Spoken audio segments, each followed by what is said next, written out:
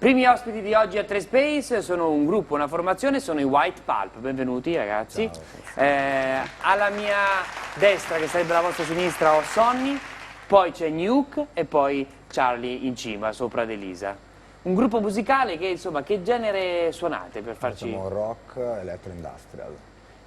Esempio, per spiegare anche un po' bene questo genere, no? Perché rock, bene o male, ci richiama delle cose conosciute. Invece, soprattutto l'industrial... Ci hanno definito come un gruppo che ha molto a che fare con i Nine Inch Nails. Ci hanno definito. Perché è una parola grande, una parola grossa. Certo. E ci piacciono molto, quindi diciamo un po' sullo stile degli ultimi Nine Inch Nails. Ok, quindi questo richiama un po' le sonorità. Voi vi chiamate White Purple, ma avete comunque il nero come, colore che vi domina, o sbaglio? E poi avete, chi di voi, forse tu anche hai lavorato all'interno di una tribute band di Marilyn Manson. Io e Nuke abbiamo lavorato. Perché White Purple in un mondo che comunque anche il rock perché White Pulp? Sì. Beh, White Pulp significa polpa bianca, può avere molti significati, fate vobis, alla fine non c'è una cosa che predomina. Ci piaceva come suonava e l'abbiamo tenuto. Guarda, è un atto di sincerità, perché ogni volta che viene qualcuno gli chiediamo perché vi chiamate gli Strangers Purples? Tu dici no, perché noi siamo stranieri nell'anima, che tutte quelle cose, e poi non lo sanno. Che non lo sanno, se lo inventano lì per lì. Invece io apprezzo la sonorità della parola. A noi non ce ne frega niente, suona bene, quindi va bene così. L'importante è che nel vostro caso tutto suoni bene.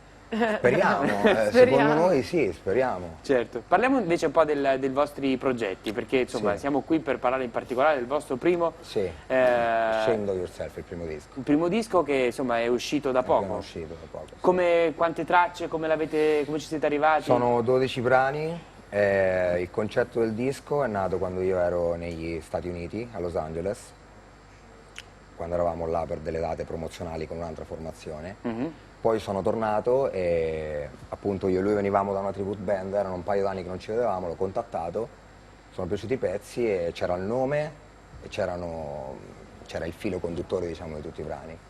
E quindi abbiamo deciso di registrare il disco, formare la band e andare avanti con questo progetto, questa volta nostro, diciamo. Perché era la prima volta che facevamo qualcosa insieme con un nostro progetto.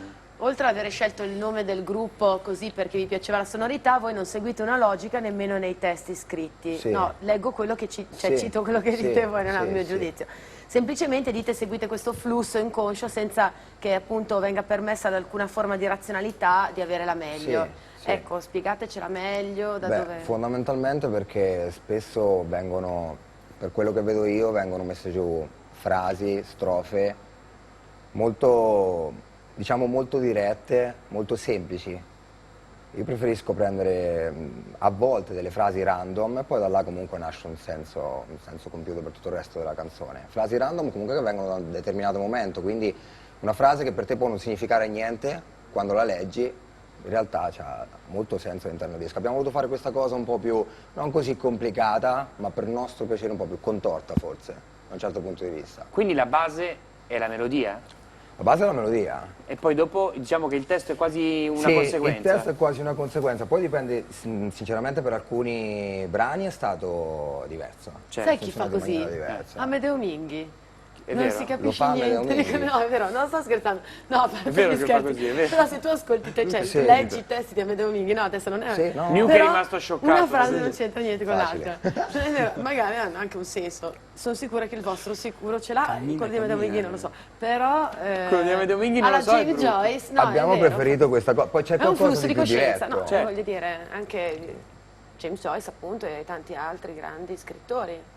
Fatto con successo. Ma per noi... c'è qualcosa senz'altro di più diretto all'interno del disco, però ecco, sulla maggior parte dei brani abbiamo lavorato in questo modo. È stato più interessante se non altro, ecco. Beh, a questo punto siamo curiosi, ci vediamo il vostro video e poi ritorniamo e ne parliamo. Ok.